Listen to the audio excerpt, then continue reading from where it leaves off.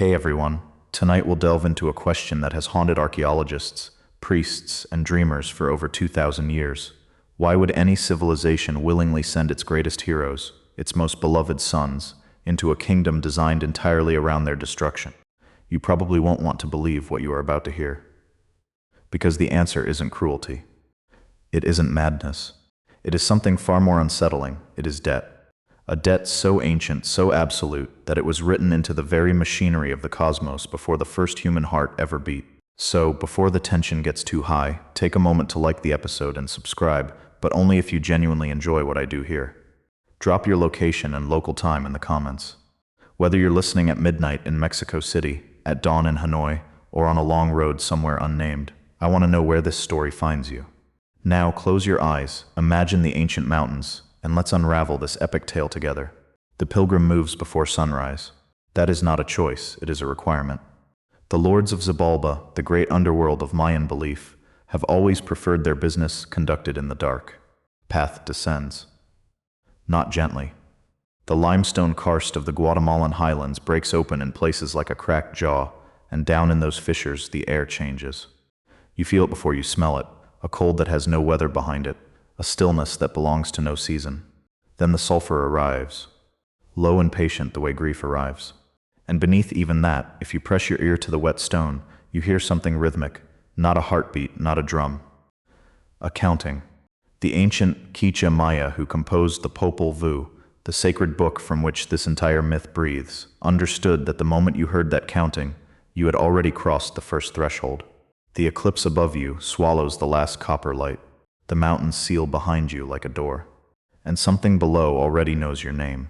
What compels a person to walk toward a darkness that is counting? And more terrifyingly, what happens to those who turn back?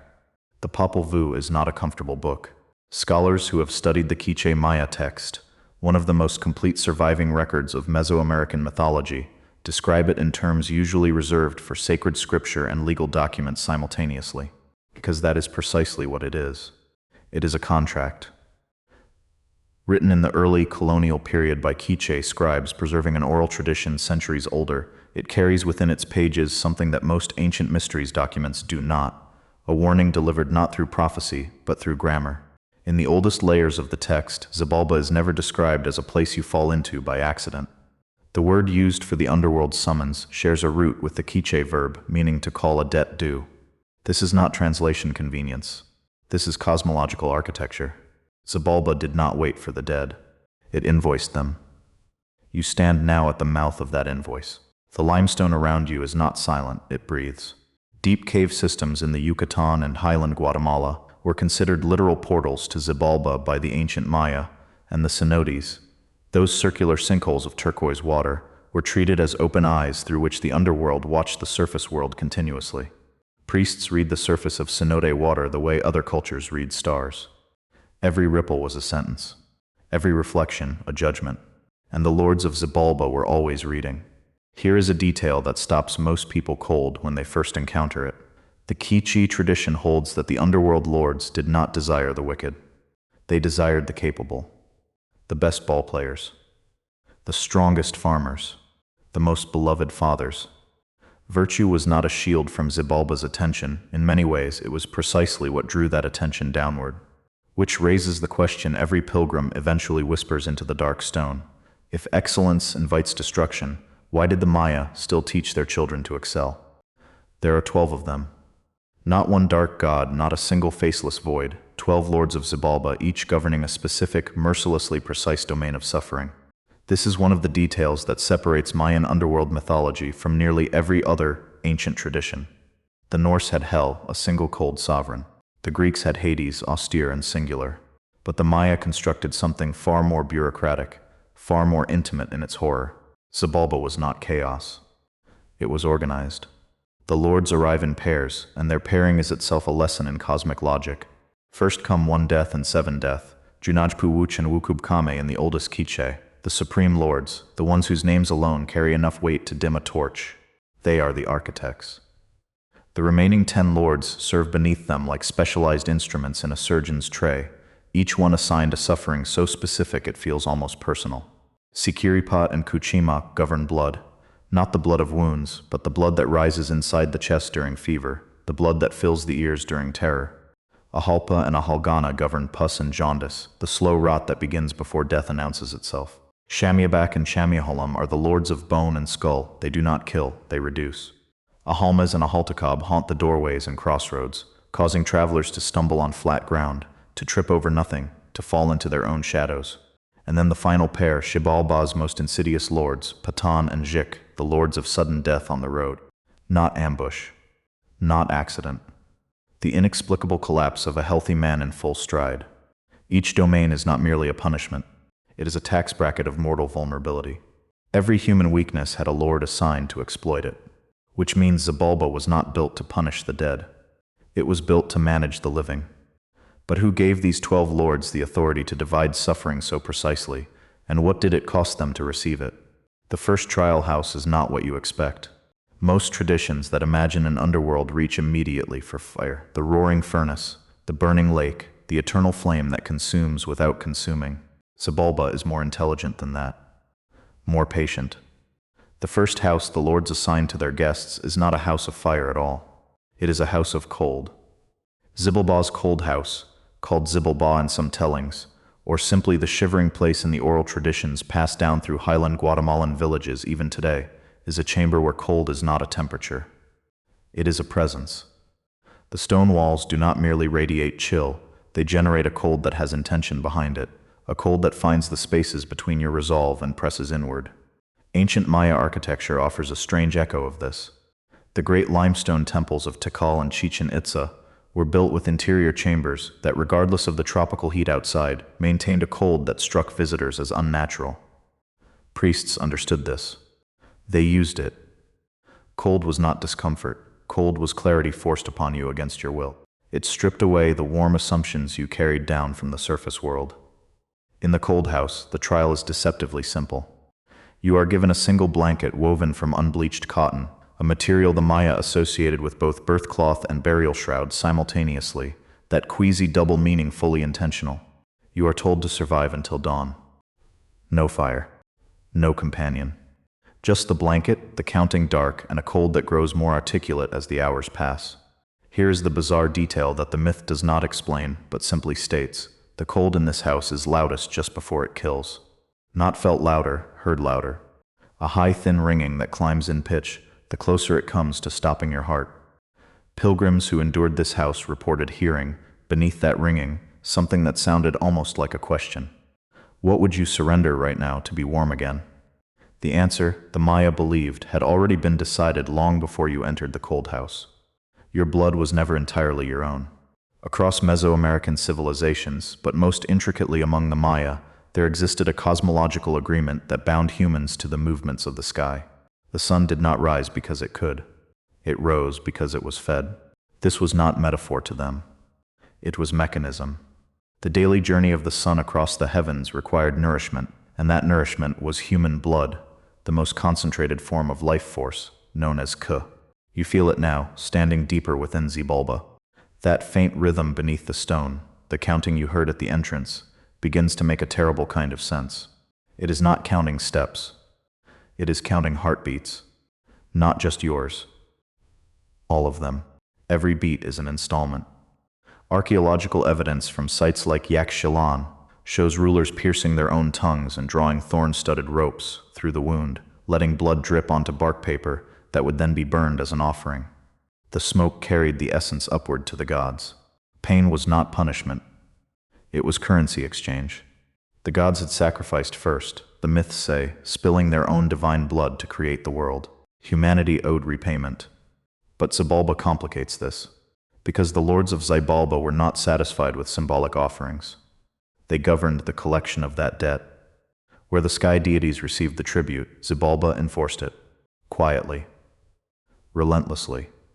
Without appeal. Here is the strange, unsettling detail whispered in later retellings. The lords could taste the difference between blood given willingly and blood taken in fear. They preferred the former, not because it was kinder, but because it suggested something far more dangerous. Obedience. So, as the cold tightens around your bones and your pulse begins to stutter in your ears, A realization forms that is more frightening than any monster waiting ahead. What if survival here is not about resisting Xibalba, but about proving you understand what it is owed? Long before you, someone else made this journey and failed. His name was Hun Hunahpu, the maize god, a figure so central to Maya belief that he was not merely a deity, but a pattern repeated in every field of corn that broke through the soil.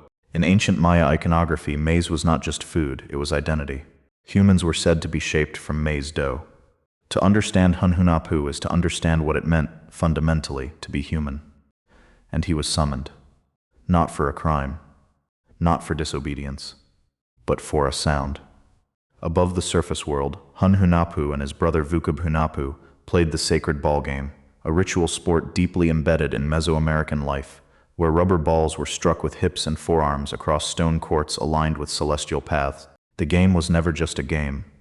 It was a reenactment of cosmic motion, the sun's path, the dance of deities, the friction between life and death. But sound travels. And the rhythmic udar of the ball, echoing through limestone, reverberating into the cavernous arteries beneath the earth, reached Xibalba.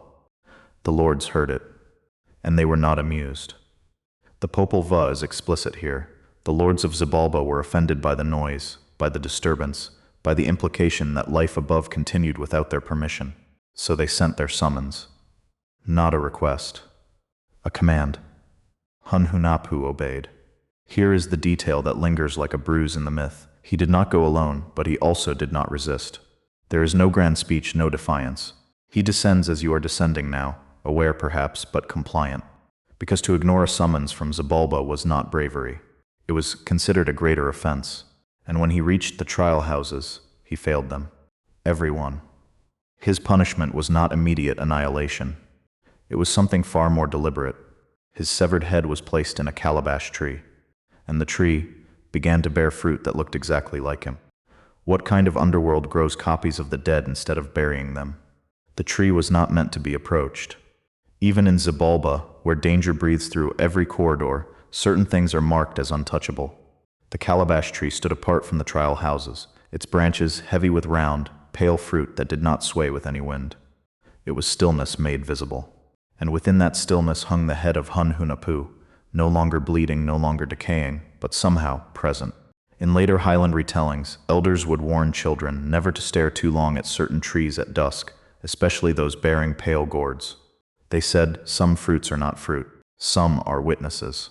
The Lords of Xibalba issued a simple command. No one was to go near the tree. Not out of mercy, but out of control. The tree was not a monument. It was a boundary. And boundaries invite crossing. Her name was Xquic, Blood Moon, daughter of one of the Xibalba Lords, though the identity of her father shifts across tellings, as if even the myth refuses to pin responsibility too precisely. She was not summoned. She chose to go. You feel the air change as she approaches, as if the cave itself is watching more closely now. The fruit does not move. The head does not turn. But when she steps close enough to see the hollow of its eyes, something happens that the Popol Vuh describes with unsettling simplicity. The head speaks. Not with lips, not with breath, but with intention. It tells her to reach out her hand. Here is the detail that no one forgets. When she does, the skull spits, not saliva, but a thin stream of something that behaves like blood but shines like water in torchlight. It lands in her palm. Warm. And in that moment, without touch, without union, she becomes pregnant. This is not violation. This is transmission. A seed passed through death itself. But if life can be conceived from a severed head in the underworld, then what exactly counts as birth in Xibalba? Xquic does not have long before she is discovered. In Xibalba, nothing remains hidden for long. Not footsteps, not whispers, and certainly not something as disruptive as an unapproved pregnancy. The lords feel it before they see it. A disturbance in the pattern. A deviation from the controlled economy of life and death they have so carefully maintained. She is summoned. Not as a daughter, but as a suspect. The hall she is brought into is vast, carved from damp stone that seems to absorb sound rather than reflect it. This is not a place for echoing voices or dramatic declarations. It is a place where judgment settles quietly like dust. Seated before her are the lords, or what appear to be the lords. Here, the myth reveals one of Xibalba's most precise and humiliating traps. Among the figures seated in authority, are not only the true death gods but wooden mannequins, lifeless effigies dressed and positioned to mimic them perfectly. This detail, preserved in the Popol Vuh, reflects a broader Maya understanding of ritual deception. To fail in perception is to fail in worth. Hun Hunahpu had made this mistake. He greeted the mannequins as if they were lords, offering respect where none was due. And Xibalba remembered. Xquic does not make that mistake. She stands still, watches, waits. The mannequins do not breathe. The real lords do. Subtle, but enough. When she speaks, she addresses only the living, a small defiance. But in Xibalba, precision is everything. They accuse her of carrying forbidden life. They demand proof of innocence. And here comes the test, not of strength, not of endurance, but of obedience shaped into cunning. She is ordered to fill a gourd with sap from a barren tree, a task designed to be impossible. Here is the strange detail whispered in some oral variants. The tree she is sent to harvest from is said to bleed only when it is spoken to in the language of roots, a language no human should know. And yet she returns with the gourd filled. What did she say to the tree, and who taught her how to say it? She is allowed to leave. Not forgiven, Xibalba does not forgive, but released, which in this underworld is something far more calculated. The lords have seen enough. The seed she carries is no longer a threat to be extinguished immediately. It is something to be observed. Cultivated even, like a controlled burn allowed to spread just far enough to reveal what hides beneath. So Xquic ascends. The transition is not marked by light but by sound. The deeper tones of Xibalba, that slow counting, that pressure in the ears, begin to loosen. Air returns. Birds, at first distant and uncertain, begin to stitch the sky back together with their calls. You emerge not into safety but into a world that suddenly feels unguarded. This is the surface the ancient Maya built their lives upon. Forests dense with ceiba trees, whose roots were believed to anchor the underworld, whose trunks belonged to the human world, and whose branches touched the heavens. The ceiba was not just a tree. It was a map of existence.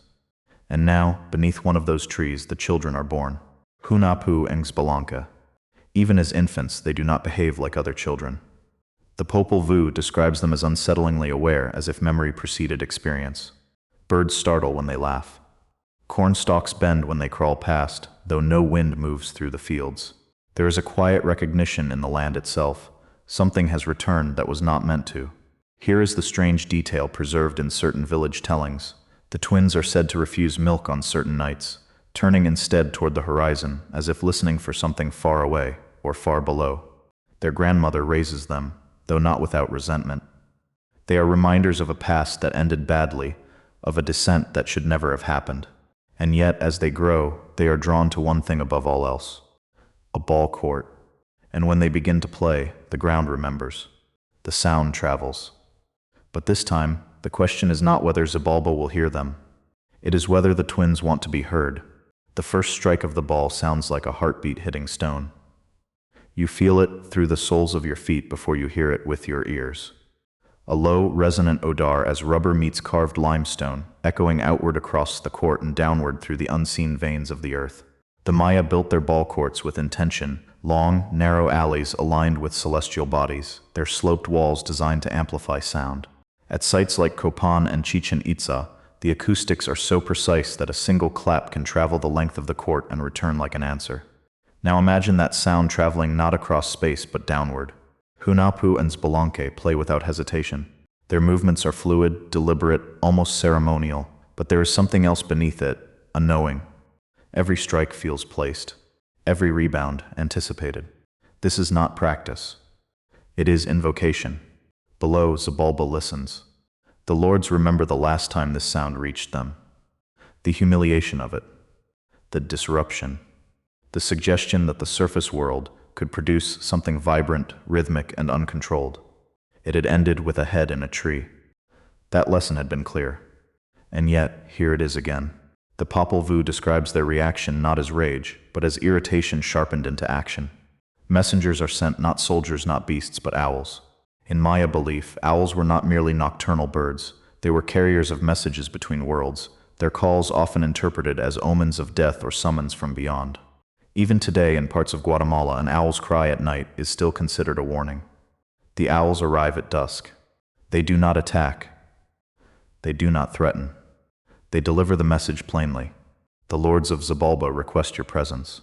Here is the detail that lingers. The twins do not ask why. They do not hesitate.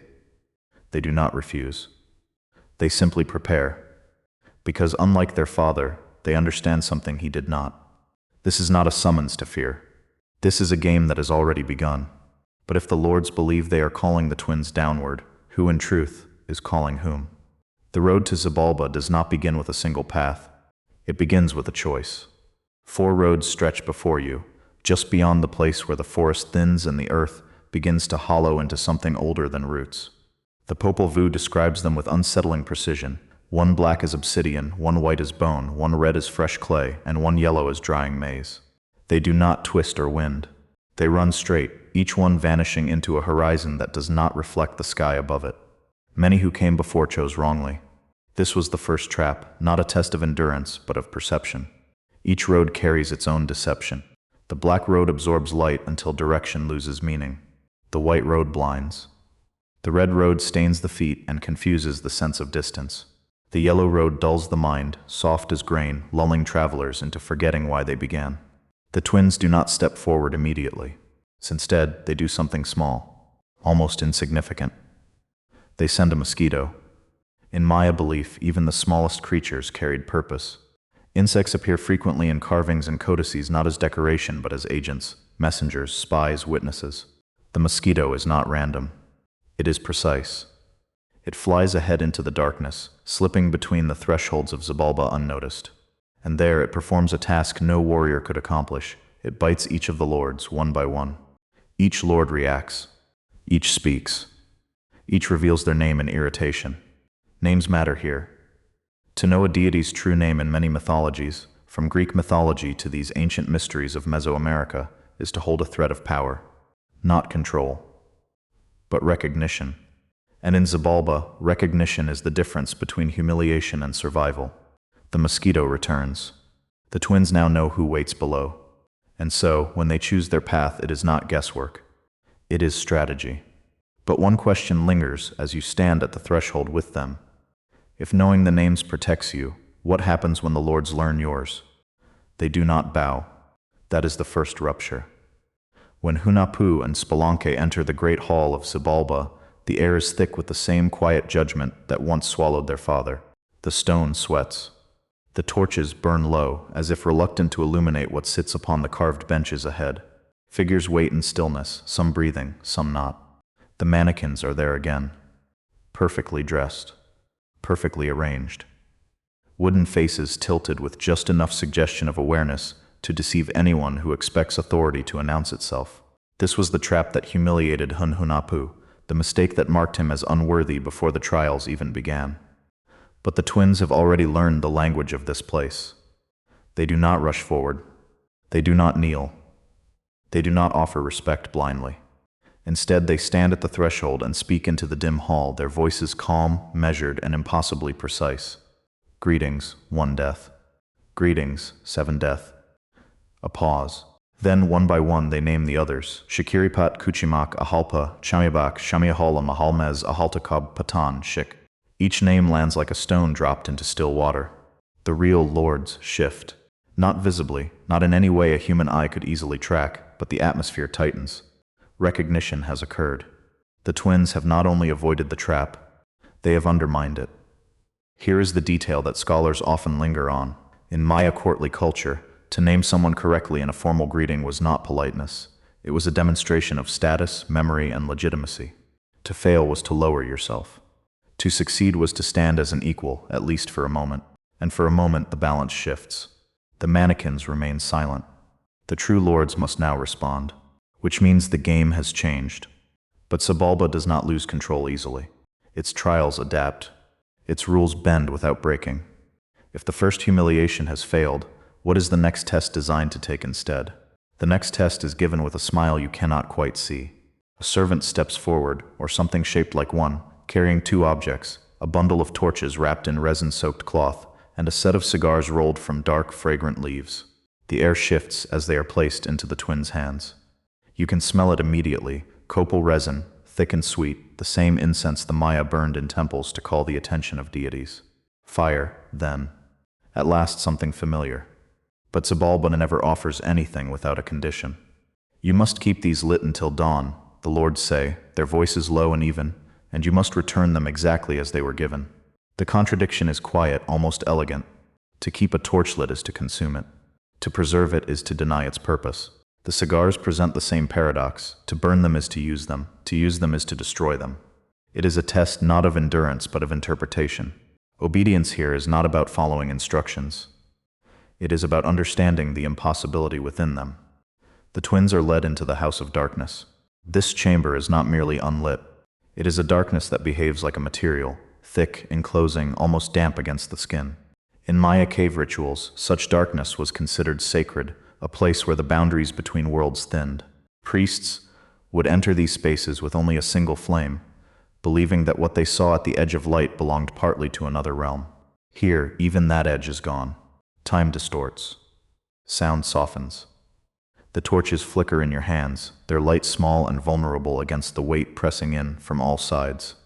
Here is the strange detail recorded in some oral traditions. The darkness in this house is said to whisper back whatever thoughts you try to silence, repeating them just slightly out of rhythm, as if testing which ones might break you first. The twins sit.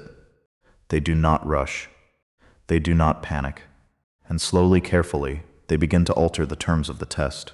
But the question remains, as the flame trembles between survival and extinction. How do you obey a command that was designed for you to fail? They begin by refusing to treat the objects as what they appear to be. That is the first shift. In Xibalba, surface meaning is a liability. A torch is not just a torch. Cigar is not just something to burn. The twins understand this in a way their father did not, because they have already seen how the lords construct their traps.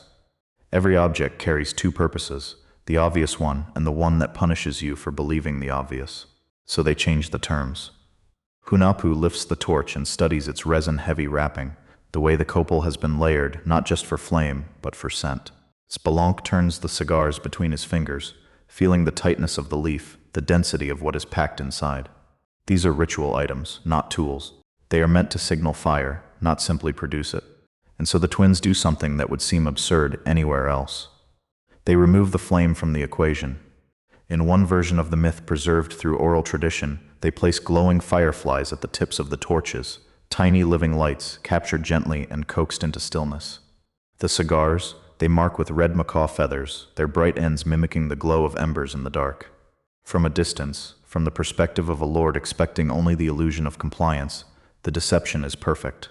Here is the detail that lingers in Maya symbolism. Fireflies were often associated with wandering souls, brief lights moving through darkness, neither fully alive nor fully gone.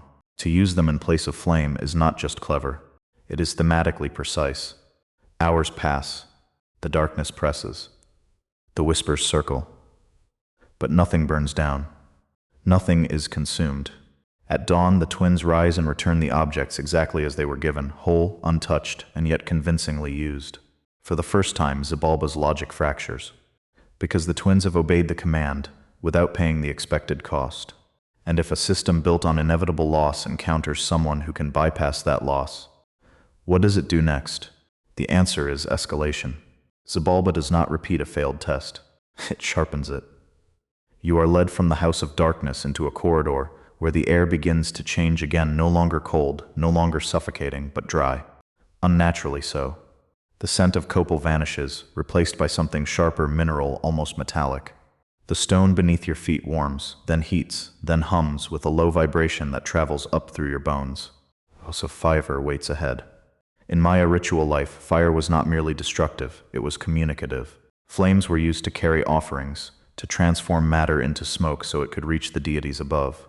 But here in Xibalba, that logic is inverted. Fire does not carry messages upward. It consumes downward. It is not a bridge. It is a verdict. The chamber opens. Flames do not flicker here.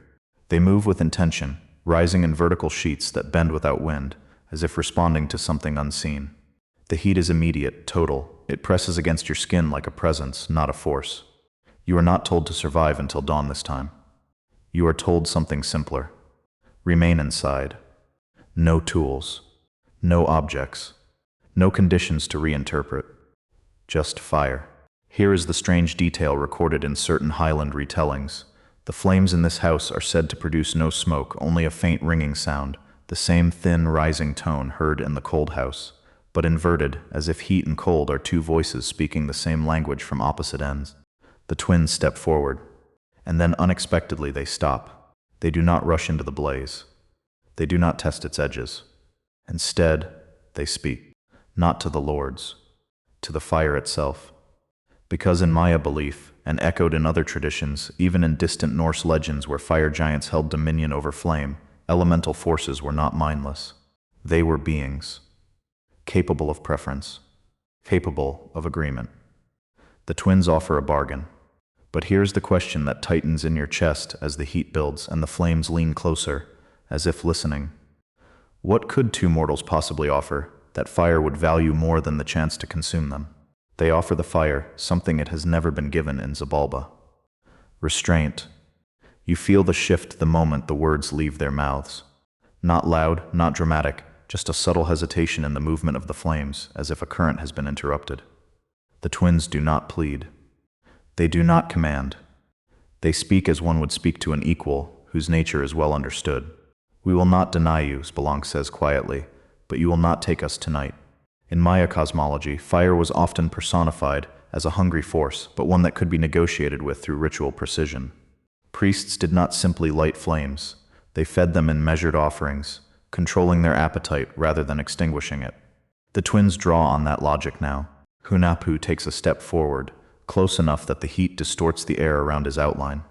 Then he does something unexpected. He bleeds. Not from a wound inflicted by the lords, but by choice. A small cut along the forearm, deliberate, controlled. The blood does not fall to the ground. It hisses as it touches the edge of the flame, vanishing into it. An offering. Here is the detail that lingers in lesser-known tellings. The fire in Xibalba is said to change color when it tastes willing blood, shifting briefly from orange to a deep, almost blue-white hue, as if acknowledging a different quality of sustenance. The flames lower. Not extinguished. Not weakened, but satisfied enough to pause. The twins step into the chamber and remain there, surrounded but untouched, the fire curling around them like a creature that has agreed, for now, not to bite. Hours pass in a suspended tension. When dawn finally approaches, the flames recede on their own, as if honoring the boundary that has been set. The twins emerge. They have not defeated the fire. They have understood it. And that is far more dangerous. Because now the lords must confront something they did not anticipate. What happens when obedience is no longer submission, but negotiation? The lords do not speak immediately. That in Xibalba is its own form of disturbance. You stand in the great hall again, the damp stone holding the memory of every failure that came before. The mannequins sit unchanged, their carved faces still locked in false authority. But the true lords, 1 death, 7 death, and the 10 beneath them, have shifted into something less stable, not weaker. Never that. But uncertain. This was not how the sequence was meant to unfold. The trials were designed as a narrowing path. Each house stripping something away, warmth, certainty, illusion, flesh, until the one who entered no longer resembled the one who arrived. But the twins have done the opposite. They have passed through each trial and come out more defined, more precise, more intentional. So the lords turn to what they understand best, the ballgame. In ancient Maya civilization, the ballgame was never just recreation. Courts like the Great Ball Court of Chichen Itza were aligned with celestial events, and some carvings suggest that losing teams, or at least their captains, could be sacrificed, their blood feeding the same cosmic cycle you now feel echoing beneath your feet. It was ritual. It was verdict. It was theater bound to fate. Here in Xibalba, it becomes something else entirely. The Underworld court is narrower, darker, the walls rising higher than they should, as if trying to contain something that refuses to stay contained. The ball is presented, heavy, dense, its surface oddly uneven. The game begins. At first it feels familiar. The rhythm, the strikes, the movement across the stone. But then the deception reveals itself. The ball is not rubber. It is skull. A hardened, hollowed bone that does not bounce as it should, its trajectory subtly wrong, its impact unpredictable. Hidden along the walls are blades, obsidian edges set just below the surface, waiting for missteps. This is not a contest. It is an execution disguised as sport. But the twins do not react with surprise. They adjust, because they have already learned the most important rule of Xibalba. If the game is rigged, then the rules are not what determine the outcome. So the question sharpens as the skull arcs through the dim air. Who exactly is this game meant to destroy? The darkness here is not empty. It listens. You enter the next chamber with the echo of the ballgame still vibrating faintly through your bones, but this place swallows even that memory. The House of Bats, Xotzalaha, is not built of stone alone. It feels layered, as if the air itself has weight thick with wings you cannot yet see. In the Popol Vuh, this house is ruled by Camazotz, the death bat, a being so feared that even other entities in Xibalba give it space. Carvings across Maya sites depict bat-like figures associated with night, sacrifice, and sudden endings, their forms blending animal and deity in ways that resist clean interpretation. You hear them before you understand them. A soft, leathery stirring above. Then another. Then many. The twins know better than to move blindly. They lie still within their blowguns, long hollow tubes used by Maya hunters, now repurposed as shelter, hiding their bodies inside, leaving only the smallest space for breath. It is a solution born not of strength but of adaptation. For a while, it works. The bats pass overhead in waves, their movements erratic, their presence felt more than seen. The air pulses with them. Time stretches. Then something changes.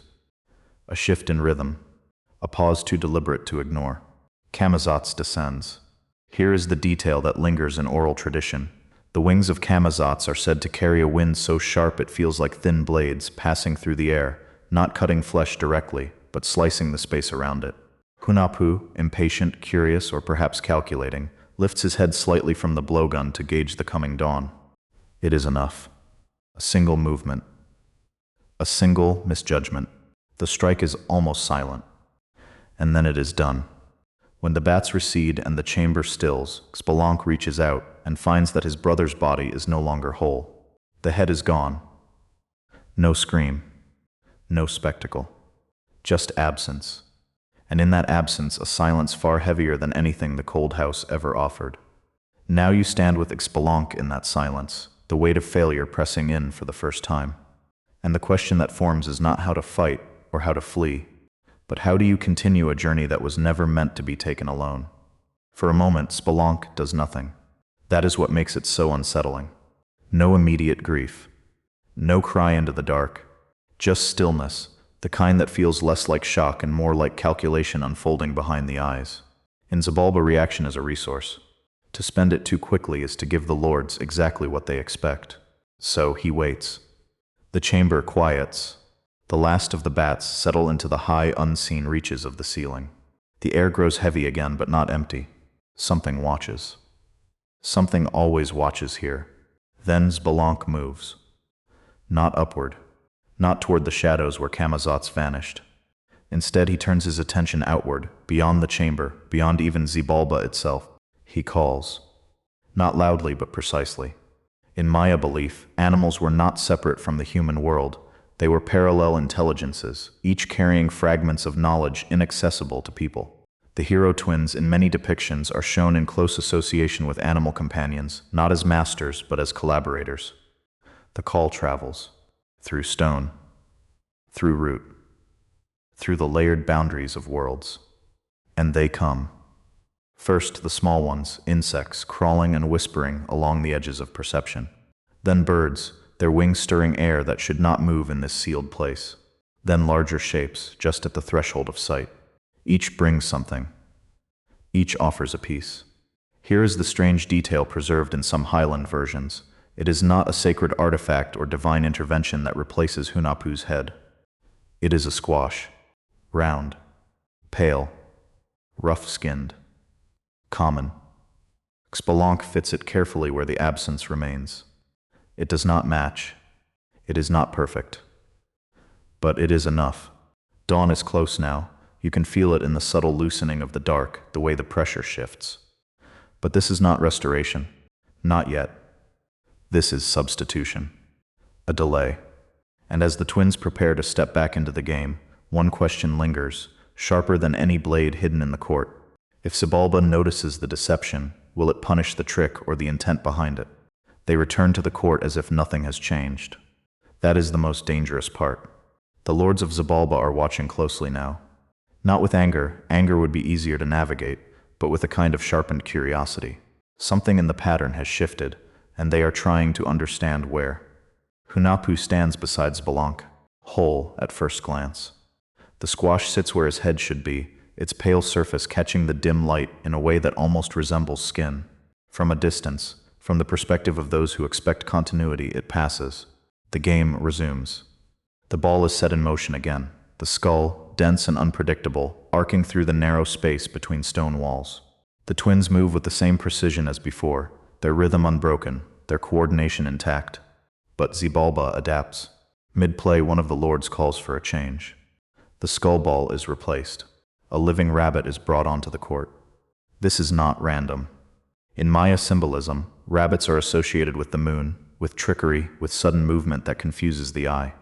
Even in distant traditions, across fragments of ancient mysteries from China to Mesoamerica, the rabbit appears as a creature that disrupts expectation.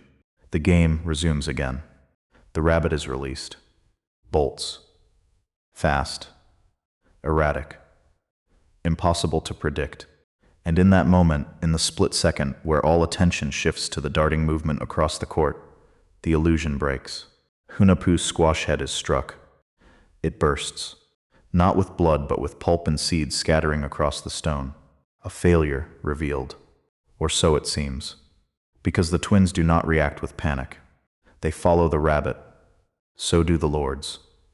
Eyes track the movement, attention pulled outward, just long enough, just precisely long enough, for the twins to act. Here is the detail that lingers in the myth. While the court watches the living distraction, the real head is retrieved, restored, replaced. By the time the rabbit is caught or disappears, Hunahpu stands again as he should. Whole. The game pauses. Something has happened that the lords cannot fully account for. And in Xibalba, not understanding is the beginning of losing control. So now the question shifts, deeper and more dangerous than before. If deception can rewrite reality in this place, what happens when the final move is no longer a trick but a choice? The choice arrives without ceremony. No new chamber. No elaborate setup. Just a pit. It sits at the edge of Xibalba's court, its mouth dark but not empty. You can feel the heat rising from it, steady and patient, not the wild movement of the firehouse, but something more controlled. More final. This is not a trial designed to be passed. It is a conclusion. The lords speak plainly now. The games have revealed enough. The patterns have shifted too far. Control must be reasserted. You will enter, they say. No condition. No riddle. Just obedience. And this is where the story turns.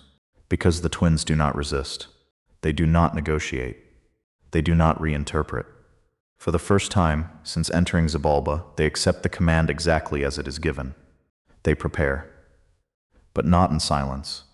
They call for two seers, figures often overlooked in retellings, but essential in Maya cosmology. Seers were interpreters of cycles, readers of time not as a line, but as a woven structure. What they are about to receive is not a plan. It is a sequence. The twins instruct them carefully. When our bodies are destroyed, when our bones are ground and cast away, you must wait. Count the days. Watch the water. Do not act too soon. Here is the detail preserved in the Popol Vuh that unsettles even careful readers. The twins do not describe if they will return. They describe how. This is not hope. It is knowledge. In many ancient traditions, from Greek mythology's Orphic fragments to certain Norse legends of rebirth after Ragnarok, death is a boundary that can, under precise conditions, be crossed. But always at a cost. Always with risk. The twins step forward. Into the pit. The flames rise to meet them, not violently, but with a kind of recognition, as if this moment has been waiting. And as their forms disappear into the controlled fire, as the heat seals over what remains, one question settles into the space they leave behind. If they have chosen this, then what part of Xibalba's design are they about to break from the inside? The lords wait. That is their habit. Their power has always depended on it, the certainty that time bends toward them, that all things eventually fall into their domain and remain there. So when the flames settle and the pit cools to a dull breathing heat, they do not rush forward. They allow the process to complete. What remains is gathered. bone fragments, ash, nothing recognizable as form or identity. This is the reduction Chamiabak and Chamiaholam govern, the final accounting of structure into substance. The remains are ground further, crushed into a fine powder that holds no trace of the twins' former shape. And then, as instructed by the logic of Xibalba, the powder is cast away. Into a river. Not a rushing one. Not dramatic. A slow, dark current that moves through the underworld like a thought that refuses to fully surface. In Maya belief, rivers often mark transitions, not just between places, but between states of being. Water carried memory differently than stone. It dispersed. It rearranged. Days pass. 5, to be precise. The seers count, because counting matters here. It always has. On the 5th day something appears. At first it is nothing remarkable, 2 small movements beneath the surface of the water. Fish. Catfish, to be exact, creatures associated in some Mesoamerican traditions with the underworld itself, their whiskered faces and bottom-dwelling habits linking them to what lies beneath. Here is the detail that unsettles the pattern. The fish do not behave like fish. They linger near the surface. They turn toward the shore. They move as if remembering something they should not. Then they change. Not suddenly. Not violently. Gradually. Forms shift. Limbs emerge. Structure returns. By the time they step onto the bank, they are no longer fish. They are boys. Then, slowly, unmistakable, they are the twins again. Whole, but not unchanged. Because if something can pass through destruction, through water, through time itself, and return, then the question is no longer whether Xibalba can kill. It is whether it understands what it means to lose. They do not return as themselves. That would be too direct, too understandable. Instead, they arrive in Xibalba as something the Lords have never learned to defend against: performers, travelers, entertainers, figures so common in the surface world that they are often dismissed as background noise, their movements overlooked, their presence tolerated rather than examined. In ancient Maya society, itinerant performers and ritual dancers played a crucial role in ceremonies, reenacting mythic events through costume and illusion. But here in the underworld, performance has never been treated as a threat. That is the mistake. The twins enter the great hall dressed in layered garments, their faces marked, their voices altered just enough to slip past recognition. They ask for nothing. They offer only a demonstration. The Lords, curious now, always curious when control feels slightly out of reach, allow it. The performance begins simply. A man steps forward. One of the twins, though it is not clear which. The other raises a blade not hidden, not deceptive, and brings it down. The body falls. Silence. Then, just as calmly, the fallen figure is restored, whole. Breathing, unharmed. The Lords lean forward. Again, a different variation. A more elaborate fall. A longer stillness. Again, restoration. Here is the detail that fractures the room. The twins are not hiding the mechanism. They are not pretending it is anything other than what it is. Death, followed by return. In Maya ritual, reenactment was a way of stabilizing cosmic order, repeating the actions of gods to keep the world aligned. But this is not repetition. This is demonstration. The Lords begin to speak among themselves. You can feel it, the shift from observation to desire, because for the first time, something has appeared in Xibalba that the Lords do not possess. Not power, not control, but reversal. And as one of them finally steps forward and asks to experience it themselves, the question settles into the silence that follows. If those who control death ask to be subject to it, who is truly in control anymore? The request is granted. That is how the end begins. One death steps forward first, Hunahpu Wuch, the still center of Xibalba's authority. There is no hesitation in him, only calculation. If this is a trick, he believes he will see through it. If it is power, he intends to possess it. The hall quiets. The performers, the twins, exchange a glance so brief it almost disappears. Then they move. The ritual is repeated. Precise. Measured. Familiar. The blade rises. It falls. One death collapses. The Lords watch closely now, their attention sharpened into something almost fragile. This is the moment they have come to claim, the moment where death proves reversible, where their dominion might expand into something even greater. But the next movement never comes. There is no restoration, no breath returning, no limbs reforming, no quiet awakening. Only stillness.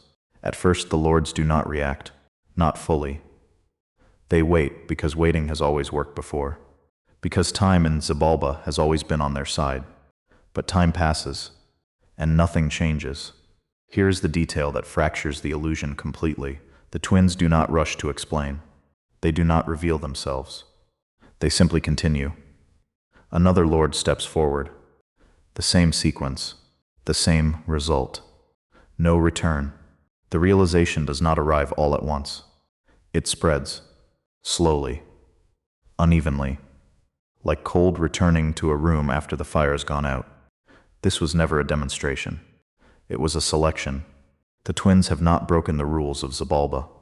They have followed them more precisely than anyone ever has. They were told to obey. They were told to enter the fire. They were reduced, cast away, and returned. They fulfilled every condition. And now they have introduced something Xibalba cannot process, a death that does not serve its system. The remaining lords begin to understand, too late but completely. And as the structure of their power starts to collapse from within, one final question echoes through the hall that once held absolute authority. If death itself can be denied, then what exactly have the Lords of Xibalba been ruling over all this time? The hall does not collapse. That would be too simple. Too visible. Instead, Xibalba changes in a way that is harder to name. The remaining lords, those who have not stepped forward, those who have watched the pattern break and understood it just a moment too late, do not vanish. They remain seated, but something essential has been removed. Not their form. Not even their presence. Their authority. The twins stand at the center of the chamber now, no longer disguised, no longer performing. There is no need. The balance has already shifted. In the Popol Vuh, this moment is described not as a destruction of Xibalba, but as a diminishment. The lords are stripped of their ability to harm those who walk the surface unjustly. Their dominion is reduced, confined, made conditional. Death remains, it must, but its reach is no longer absolute. Here is the detail that lingers in later retellings. Some say the lords were condemned to rule only over those who come to them by their own fear, no longer able to summon the living at will. Obedience, once enforced, becomes voluntary, a reversal more profound than any resurrection. The twins do not linger. Their purpose here is complete. They ascend. Not as they descended, not as challengers or players in a game, but as something else entirely. Their forms shift as they rise through the layered world, through root and stone and air. Light begins to gather around them, not borrowed, not reflected, but generated. Hun Hunahpu becomes the sun. Xbalanque, the moon. In Maya cosmology, this transformation is not symbolic. It is structural. The cycles of day and night, of light and shadow, are now tied to beings who have passed through Xibalba and returned with knowledge it could not contain. And that ancient debt, the one you felt in your pulse, in the counting beneath the stone, it does not disappear. It changes. Because now, the question is no longer how to obey the Lords of Xibalba, but whether you understand what is still owed to the light that replaced them. The mountains are quiet again. Not silent, never silent, but settled, as if something long held in tension has finally been allowed to rest. The air no longer presses the same way. The cold, where it lingers in stone and shadow, feels like memory instead of warning. You find yourself back at the threshold, without remembering the steps that brought you there. This is how these journeys often end. Not with a clear exit, but with a gradual return of familiar things. The sound of wind moving through trees, the distant call of birds, the warmth of light that no longer needs to be negotiated. The world resumes its shape around you as if it had been waiting. Above the sky holds two steady presences.